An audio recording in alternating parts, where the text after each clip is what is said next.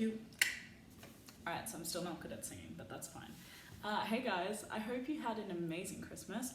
Mine was fabulous in good old Edinburgh, Scotland.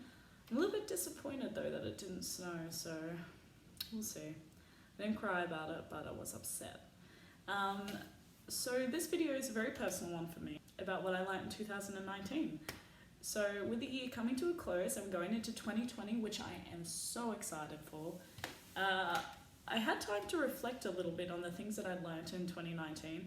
And as a lot of you know, I was quiet this year, or quieter should I say, this year, in regards to my book publishing and my social media presence and book signing events, basically everything. I slowed down on a lot of things. And so I guess I'm going to reflect on that as to why and what I found in myself and what great gains I had and opportunities. So I guess the first reason as to why I was a lot more quieter in 2019 was because I moved to Scotland at the end of 2018 and moved to Edinburgh, the beautiful city and capital of Scotland. And I undervalued how much an international change would take to adapt to. So that was one of the reasons. At the start, it was very much like a holiday mode, like a party mode. So, you know, I was having so much fun and it was a fantastic break for me to have. But then after, when we got to about, 3 to 6 months, it sort of clicked in that I was here for a long time. And I guess the reality of that I was settling in, and it took me a lot longer. I was grateful in the sense that I found friends very quickly, very amazing friends, which perhaps not everyone is so lucky to do. And this is one of the reasons why I went back into hospitality in a new country, so I could meet new people. But I guess the change, just even socially, or, what all the different rules and regulations and even different brands when I was going into stores, I really undervalued how much that might affect me. And it wasn't a bad thing, it was an amazing experience, but I definitely thought in my mind I was going to come to Scotland and then within 3 months everything was unpacked, I'd be doing this, I'd be publishing that, and it didn't happen that way. In fact, this year was a very self-discovering kind of year for myself. It was a very calming year, which was very, very nice, because as a lot of you may know or may not know, and you're about to know, in Australia, or in my previous last 5 years of my life, I've been a very go person. And so it's taken me a very long time to figure out balance, because I do like to work and I like goal setting, and I'm a dreamer, so I'm very, very driven to go 120% at the expense of my physical health and my mental health. I learnt a very difficult lesson about fatigue and about burnout and about not putting myself first in 2018. So 2019 was a year of recovery for me, to find balance again, to have really good friends here that are along the same wavelength. It's very difficult to be a lone wolf for a certain amount of time when you're not surrounded by people who are forward thinking or driving for something that, let's say, the musician act.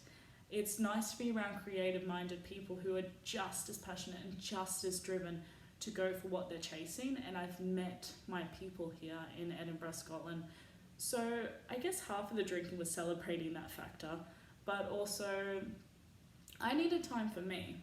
I needed time to go back into myself, and it took me a lot longer than I thought it would. So obviously I love my books, it's still my passion, but I really needed to take the time out to have healthy habits for me, to meet new people, to really explore Scotland, because I don't want to waste this amazing opportunity and not see this beautiful country because I'm in my home writing. But it was a good way for me to mature as well. And I think that's important because I was so used to doing the same things day in and day out in Australia, and I was in a sense not lost, but I knew that I had to spread my wings somewhere further, which is why I failed miserably at trying to move to the USA. And so that really had me stuck on thinking for a long time, because I was so goal driven to get there, and yet I couldn't. because of the visa process. Because of the visa process, I couldn't get in. So when I came back to Australia, that really threw me for a sixer. I didn't know where to go afterwards, which is why I thought, what's the second biggest or best? And I came here and travelled here, and then I moved here 6 months later, which was at the end of last year.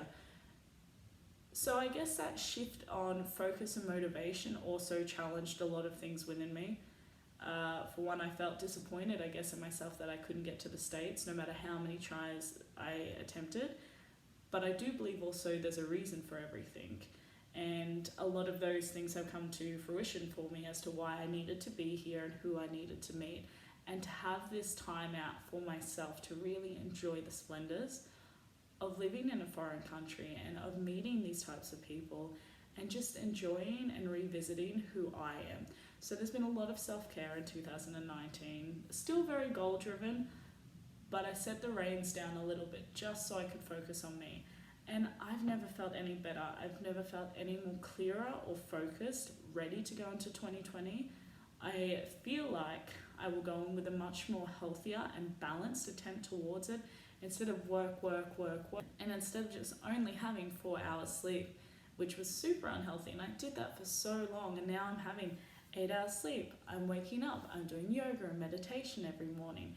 So there were a lot of things that I needed to incorporate into my life that I have into a healthy habit, and I will continue to do those as I add on more of my goals.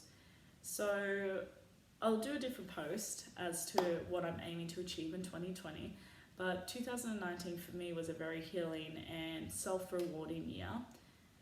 It taught me that I don't need money as much as I thought I did.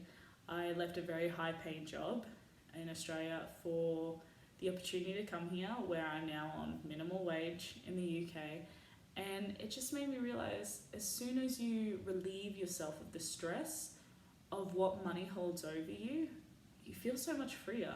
And that was probably the biggest lesson for me to learn this year, was that money wasn't everything. And yes, it helps and it assists, and I might achieve certain things quicker with abundance of it. But for the stresses that I was going through to achieve that money, it wasn't worth it. It was never worth it. And what's worth it is myself, my self-care, my self-love, and just looking after myself this year. So I'm excited to bring that into 2020. I would love to know what your most valuable lesson was in 2019. It was an interesting year. So I'd like to know what's the positive thing that you took out of this year. And I hope that you take it into 2020 as well. Thank you so much, guys. And we're almost in 2020. Bye.